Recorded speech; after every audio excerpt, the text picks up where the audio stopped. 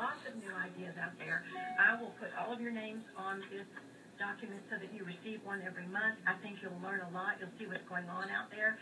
And I hope that we will not be limited by what we do today, but really open our minds and expand the opportunities for as many students as we can, because as we all know in education, one size does not and will not fit every student.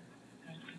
Madam Chair. Senator West? Following up on Senator Shapiro's comments, we talked about, when we did the telecommunication infrastructure fund, there was a lot of conversation about making certain that we had access, that we had an infrastructure in the state of Texas where students would be able to get on the information highway, making sure that the gaps were closed and things of that nature. The question is, hopefully, during this conversation that we're having, I want to know whether or not those gaps have in fact been closed. And as we continue to talk about the use of smart devices, is there access by children throughout the state of Texas to those devices, and what role should government play as it relates to making certain that there is in fact access? I know that we have a allotment fund, and I think we instructional materials with $30 per student. Well, the question is, how's it being used?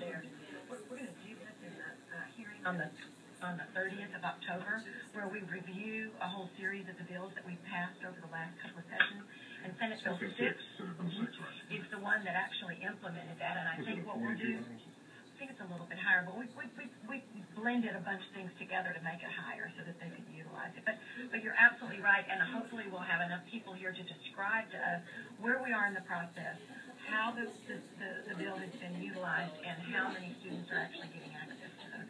And to the extent that students aren't getting access, I would hope that we have some information about best ideas about how to make certain that students are in fact getting access.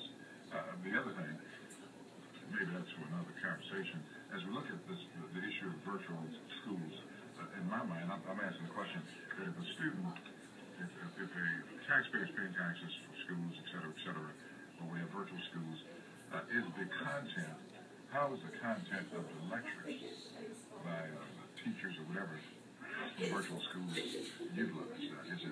Is it something that's captured and can be used over and over again by the students that take the lecture, or exactly, is it some sort of intellectual property that you have to then turn around license on a continuous basis, or once you get the information, whether or not you can continue to use it, continue to perfect whatever the content was for that particular. So I've got a few questions.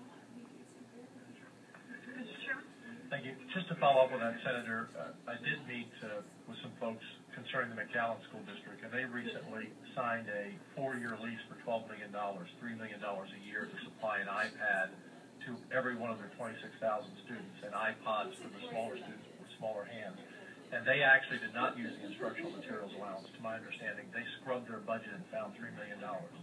So they were able to do it and moved ahead. So I think they're going to come and testify potentially. There's also a lot of rentals that people do where they can rent from different vendors.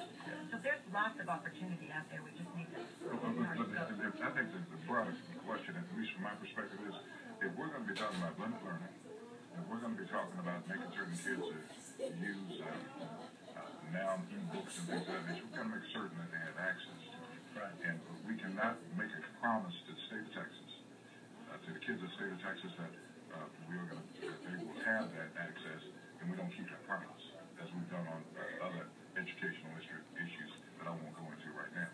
So if indeed we're going to continue to head down this road and perfect virtual schools and other types of online access, we've got to make certain, Mr. Chairman, that